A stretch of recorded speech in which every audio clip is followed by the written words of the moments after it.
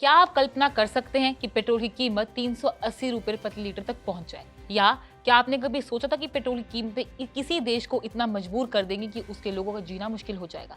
आपको बता दें कि यह बात अब सिर्फ कल्पना नहीं, क्योंकि ये इस वक्त पाकिस्तान कुछ ऐसे ही इकोनॉमिक चैलेंज का सामना कर रहा है। दरअसल एक समय खुद को रीजनल पीस और डिप्लोमेसी का समर्थक बताने वाला पाकिस्तान अब गंभीर इकोनॉमिक क्राइसिस के दौर में गुजर रहा है। बढ़ते ऑयल प्राइसेस, कमजोर होती इकोनॉमी, गिरता शेयर मार्केट और तेज महंगाई ने आम लोगों की मुश्किलें कई गुना बढ़ा दी हैं। अमेरिका ईरान टेंशन और स्ट्रेट ऑफ हॉर्मुज़ में सप्लाई डिसरप्ट होने का असर पाकिस्तान पर सबसे ज्यादा दिखाई दे रहा है। रिपोर्ट्स के मुताबिक पाकिस्तान में पेट्रोल की कीमत एक समय 450 पाकिस्तानी रुपए प्रति लीटर तक पहुंच गई है। हालांकि वहां की गवर्नमेंट के इंटरफेरेंस के बाद इसमें 22 रुपए प्रति लीटर की कटौती भी की गई है, लेकिन इसके बावजूद भी पेट्रोल करीब 381 रुपए और डीजल लगभग 380 रुपए प्रति लीटर तक बिक रहा है।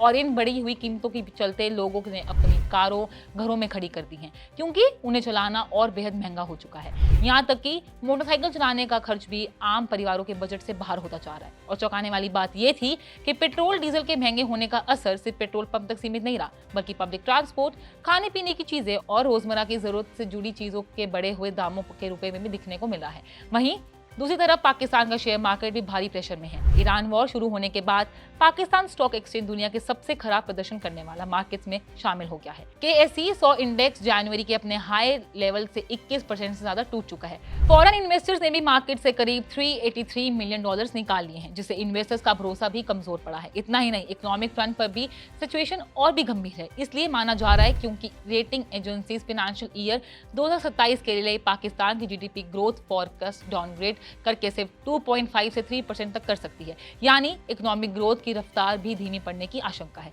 तो कुल मिलाकर high oil prices, uncontrollable inflation, weak share market और धीमी होती इकोनॉमिक ग्रोथ पाकिस्तान के लिए एक बड़ी चुनौती बन चुकी है। अगर ग्लोबल एनर्जी क्राइसिस और जियोपॉलिटिकल टेंशन लंबे समय तक जारी रहते हैं तो पाकिस्तान की इकोनॉमी पर दबाव और बढ़ सकता है। फिलहाल पाकिस्तान के आम नागरिकों की सबसे बड़ी मांग यही है कि जियोपॉलिटिकल टेंशन कम हो, एनर्जी सप्लाई नॉर्मल हो और महंगाई पर काबू पाया जाए, क्योंकि जब पेट्रोल 380 रुपए लीटर हो जाए और रोजमर्रा का खर्च लगातार बढ़ रहा है, तब इकोनॉमिक क्राइसिस सिर्फ आंकड़ों की कहानी नहीं रहता, बल्कि सीधे लोगों की जिंदगी प्रभावित करने लगता है।